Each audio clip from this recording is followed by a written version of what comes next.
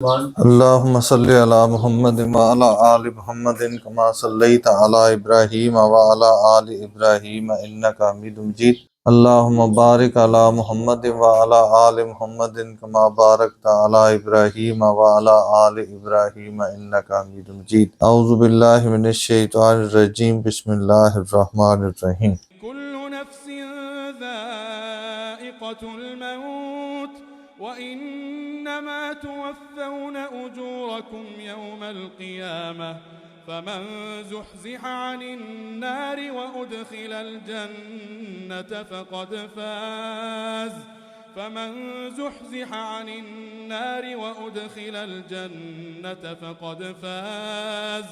وما الحياة الدنيا إلا متاع الغرور لتبلون في أموالكم وأنفسكم ولتسمعن من الذين أوتوا الكتاب من قبلكم ومن الذين أشركوا أذى كثيرا وَإِن تَصْبِرُوا وَتَتَّقُوا فَإِنَّ ذَلِكَ مِنْ عَزْمِ الْأُمُورِ۔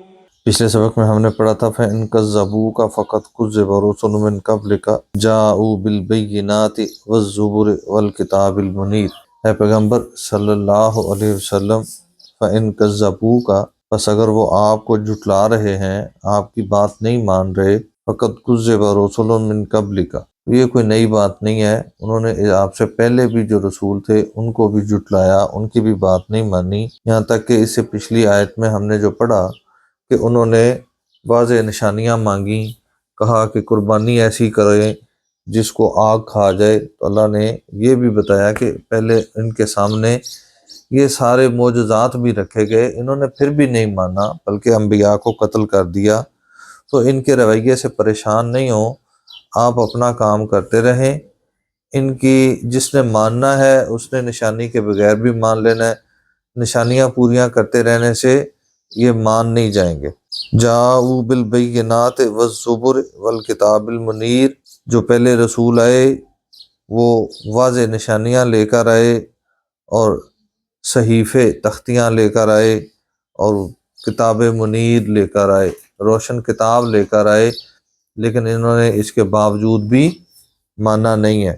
یہ دنیا کی محبت میں پڑے ہوئے ہیں، دین کو بھولے ہوئے ہیں، اس بات کو بھول چکے ہیں کہ آخرت اٹل ہے۔ تو اگلی آیت میں اللہ تعالیٰ نے اس بات کی حقیقت بیان کر دی، کل نفس ذائقۃ الموت، یہاں پہ کسی نے نہیں رہنا، کل نفس، ہر جان نے چکھنا ہے، ذائقۃ الموت، موت کا ذائقہ، جو بھی پیدا ہوا ہے اس نے اس دنیا سے جانا ہے، ہمیشہ کسی نے نہیں رہنا۔ دنیا کی سب سے ناپائیدار اور ایسی چیز جس کا کوئی بھروسہ نہیں ہے وہ کیا ہے؟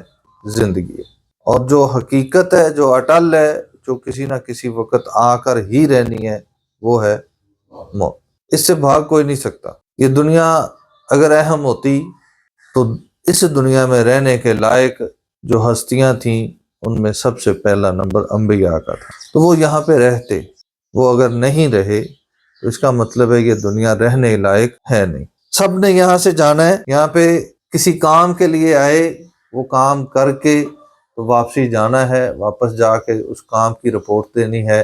تو پھر کیا ہوگا؟ وَإِنَّمَا تُوَفَّوْنَ أُجُورَكُمْ، اور بے شک توفون، تمہیں پورا پورا ادا کیا جائے گا، اجورکم، تمہارا بدلہ، یوم القیامت، روز قیامت، تم نے جیسے اعمال کیے تمہیں اس کا بدلہ دیا جائے گا۔ فمن، پس جو کوئی زحزح، بچا لیا گیا، جس کو دور کر دیا گیا، عن النار، آگ سے، جہنم سے، وادخل الجنت، اور جنت میں داخل کر دیا گیا، فقد فاز، پس تحقیق وہ ہی کامیاب ہے۔ اس دن جب رزلٹ اناؤنس ہوگا یا پاس ہوگا یا فیل ہوگا، دو ہی اعلانات ہوں گے، کسی کو جہنم میں ڈال دیا جائے گا اور کسی کو بچا لیا جائے گا۔ اللہ نے فرمایا کہ جس کو بچا لیا گیا وہ کامیاب ہے۔ وما الحیات الدنیا، اور نہیں ہے دنیا کی زندگی، الا، مگر، متاع الغرور، دھوکے کا سامان۔ یہ غرور کیا ہوتا ہے؟ دھوکہ کسے کہتے ہیں؟ ہم کہتے ہیں بازار گئے تھے مال لینے، موبائل لینے گئے تھے، دھوکہ ہو گیا، یہی ہوتا ہے نا کہ بظاہر جو چیز دکھائی تھی حقیقت میں وہ تھی نہیں۔ تو اللہ تعالیٰ نے دنیا کے مال کو، اس دنیا کو کیا کہا ہے؟ یعنی جو ہم اس کو سمجھ رہے ہیں حقیقت میں یہ وہ شے ہے نہیں۔ ہم اس کو کامیابی سمجھ رہے ہیں، یہ کامیابی ہے نہیں۔ دنیا میں کسی شادی شدہ جوڑے کے لیے اس کی کامیاب زندگی کیا ہوتی ہے؟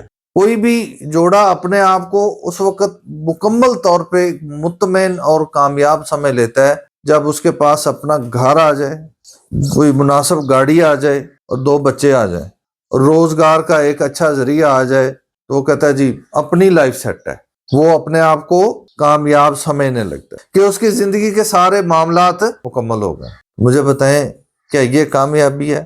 کہ دنیا میں اللہ تعالیٰ نے اس کام کے لیے ہمیں بھیجا ہے؟ کیا کوئی شخص محنت کر کے یہ سارے ٹارگٹ پورے کر سکتا ہے؟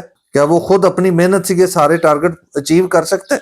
نہیں کر سکتا۔ تو جو چیز آپ کے اختیار میں نہیں ہے اس کو پا لینے پہ آپ کیسے کہہ سکتے ہیں کہ ہم کامیاب ہیں؟ جس چیز کے لیے آپ کی ذمہ داری لگائی گئی ہے، جس کام کے لیے آپ کو بھیجا گیا ہے، آپ وہ کام نہ کریں اور اس کے علاوہ باقی کام کرتے رہیں اور آپ سمجھیں کہ ہم کامیاب ہیں، تو یہ کیا ہے؟ یہ دھوکہ ہے۔ اس کامیابی کا نام اللہ نے غرور بیان کیا کہ ہم جس چیز کو کامیابی سمجھ رہے ہیں اور جس چیز کی کامیابی کے پیچھے لگے ہوئے ہیں، دن رات ایک کی ہوئی ہے کہ ہم نے یہ ٹارگٹ بھی اچیو کرنا ہے، ہم نے یہ ٹارگٹ بھی اچیو کرنا ہے، اتنی دیر میں ہم نے اتنا کام کر کے ہم اپنا ٹارگٹ پورا کریں گے، جس کو آپ نے کامیابی سمجھ لیا ہے، دراصل یہ کامیابی نہیں ہے، یہ ہے غرور۔ کامیابی کیا ہے وہ اللہ نے پچھلے حصے میں بیان کر دیا ہے کہ اصل کامیابی آج نہیں ہے، کامیابی کا اعلان آج نہیں ہونا، کامیابی کا اعلان روز قیامت ہوگا۔ اس دن پتہ چلے گا کہ کون کامیاب ہے اور کون ناکام ہے۔ وہ پتہ کیسے چلے گا؟ فمن زحزح عن النار وادخل الجنہ، جس کے بارے میں اعلان ہوگا کہ اس کو جنت کا ٹکٹ دے دو، وہ کامیاب ہوگا، ورنہ ناکامی ہے۔ تو ہمیں یہاں پہ بھیجا تو اس لیے گیا تھا کہ ہم اپنی اصل کامیابی کا راستہ ڈھونڈیں، اصل کامیابی کے لیے کوشش کریں۔ جو کامیابی ہے، جو ہماری منزل ہے، اس کی بجائے ہم کسی اور چیز کو منزل سمجھ چکے ہیں، تو اللہ نے فرمایا یہ دھوکہ ہے، ہم دھوکے میں پڑے ہوئے ہیں۔ اب اگلی آیت میں اللہ تعالیٰ نے اس دنیا کی مال میں سے جس کو ہم کامیابی سمجھ رہے ہیں، اس کے اندر سے کامیابی کا راستہ کیسے دکھایا کہ جس کو تم کامیابی سمجھ رہے ہو، حقیقت میں وہاں سے کامیابی حاصل کرنی کیسے ہے وہ بتایا۔ لَتُبْلَوُنَّ، لام تاکید، ضرور، یقیناً، یعنی یہ لازمی ہے، کوئی اپنے آپ کو اس سے ماورا نہ سمجھے، کوئی اس سے بچ نہیں سکتا۔ تبلون، تمہیں آزمایا جائے گا، آزمائش میں ڈالے جاؤ گے۔ کس معاملے میں؟ فی اموالکم، تمہارے مال کے متعلق، وانفسکم، اور جانوں کے متعلق۔ سورہ بقرہ میں ہم نے پڑھا تھا نا، وَلَنَبْلُوَنَّكُمْ بِشَيْءٍ مِّنَ الْخَوْفِ وَالْجُوعِ وَنَقْصٍ مِّنَ الْأَمْوَالِ وَالْأَنفُسِ وَالثَّمَرَاتِ۔ تو خوشخبری کس کے لیے تھی؟ وَبَشِّرِ الصَّابِرِينَ، صبر کرنے والوں۔ صبر کیا ہوتا ہے؟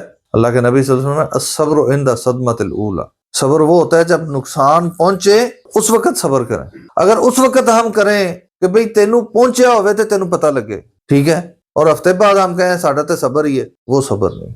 صبر یہ ہے آپ اپنے مال کو اور اپنی اولاد کو اپنا سمجھیں ہی نہ، وہ جب آپ کے پاس آئے آپ اس کو اس وقت بھی اس کو اپنا نہ سمجھیں، اور جب وہ جائے تب بھی اپنا نہ سمجھیں، تب آپ کو صبر مل سکتا ہے۔ دنیا کی زندگی میں کس مقصد کے لیے آئے ہو؟ آزمائے جانے کے لیے، کامیاب ہونے کے لیے نہیں، اپنا ٹارگٹ اچیو کرنے کے لیے نہیں، اس لیے نہیں کہ تم اپنی خواہشات کی تکمیل کے لیے جتے رہو اور پھر ایک دن خوش ہو جاؤ کہ میں نے اپنے سارے ٹارگٹ پورے کر لیے۔ اس کام کے لیے نہیں آئے۔ اگر مومن ہو، اگر سمجھتے ہو کہ جنت کا حقدار بننا ہے، تو پھر اس مرحلے سے گزرنا ہوگا۔ تمہیں آزمائش ملے گی، تمہیں تکلیف ملے گی، یہ دنیا پھولوں کی سیج نہیں ہے، کس کے لیے؟ مومن کے لیے۔ ایک تو تمہیں آزمایا جائے گا تمہارے مال اور جان کے متعلق۔ آزمائش کیا ہوتی ہے؟ آزمائش ہم سمجھتے ہیں کہ جو تکلیف میں ہوتا ہے وہ آزمائش میں ہے، نہیں، مال کا ہونا بھی آزمائش ہے اور نہ ہونا بھی آزمائش ہے۔ جب آپ کے پاس اللہ کا دیا ہوا مال ہے تو آزمائش کیسے ہے کہ اس کے بارے میں آپ سے سوال ہونا ہے کہ خرچ کہاں کیا تھا، اپنی ذات کی نمود و نمائش پہ ہی لگاتے رہے یا اللہ کے راہ پہ خرچ کیا۔ اور اگر آپ کے پاس نہیں ہے تو پھر بھی آپ کے لیے آزمائش ہے کہ جب نہیں ہے تو پھر آپ نے کہیں ناجائز طریقے سے کمانے کی کوشش تو نہیں کی، کسی کا حق مارنے کی کوشش تو نہیں کی، چوری میں تو نہیں پڑ گئے، ڈاکے میں تو نہیں پڑ گئے کہ روٹی نہیں ہے تو چلو جی باہر نکل کے کھڑے ہو جاؤ، نہ حق مال تو نہیں کمانے کی کوشش کی۔ تو آزمائش ہے، صبر کر کے دکھایا کہ نہیں۔ اسی طرح اولاد کے بارے میں وَلَا تُسْمَعُنَّ مِنَ الَّذِينَ، اور یقیناً تمہیں سننا پڑے گا، باتیں سننی پڑیں گی، من الذین، ان لوگوں سے، اوت الکتاب، جنہیں کتاب دی گئی، من قبلکم، تم سے پہلے، ومن الذین، اور ان لوگوں سے، اشرکو، جنہوں نے شرک کیا۔ کیا سننا پڑے گا؟ اذن کثیرا، بہت زیادہ تکلیف دہ باتیں۔ وہ آپ کو بے عزت کریں گے، وہ آپ کے کاموں کے اوپر تنقید کریں گے، وہ جو آپ اس دنیا میں اللہ کا قانون نافذ کرنے کے لیے محنت کر رہے ہیں اس پہ آوازیں کسیں گے۔